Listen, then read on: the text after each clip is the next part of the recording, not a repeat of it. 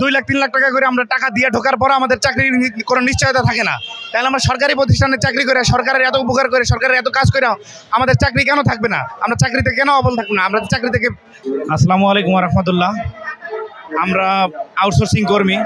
আমরা ঢাকা শহরে প্রত্যেকটা জেলায় সরকারি প্রতিষ্ঠানে চাকরি করি।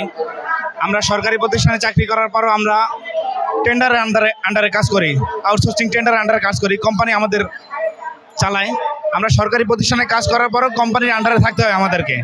আমরা 24 ঘন্টা, আমি একজন হাসপাতালে চাকরি করি, একটা হাসপাতালে চাকরি করি। হাসপাতালে চাকরি করার পরও আমাদের হাসপাতালে কোনো সুযোগ সুবিধা পাই না। আমাদের টেন্ডার আমাদেরকে সবসময় দমায় রাখে।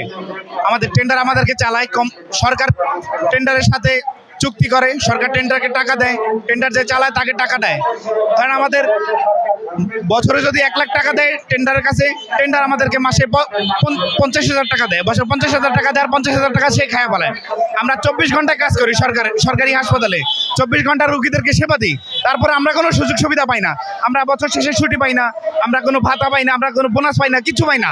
আমাদের বেতন বাকি থাকে 4 মাস 5 মাস। আমাদের বেতন বাকি থাকার পর আমাদের বেতন দেয় না। ঠিক আছে, আমরা 24 ঘন্টা সরকারি সেবা দিয়ে যাই, আমরা কোনো সেবা পাই না।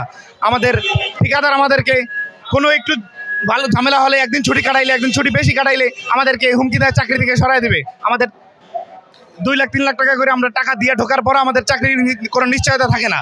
তাহলে আমরা সরকারি প্রতিষ্ঠানে চাকরি করে, সরকারের এত উপকার করে, সরকারের এত কাজ করে আমাদের চাকরি কেন থাকবে না? আমরা চাকরিতে কেন অবল থাকবো না? আমরা চাকরি থেকে সরাই দেয়, চাকরি থাকে না আমাদেরকে 2 দিন পর পর। তাহলে আমরা কেন সরকারি কাজ করে, সরকারি প্রতিষ্ঠানে আমরা এত দুর্নীতির ভেতরে থাকবো? আজকে ছাত্ররা, জুলাই অভ্যুত্থানের ছাত্ররা, আমরা সরকারি প্রতিষ্ঠানে চাকরি করি।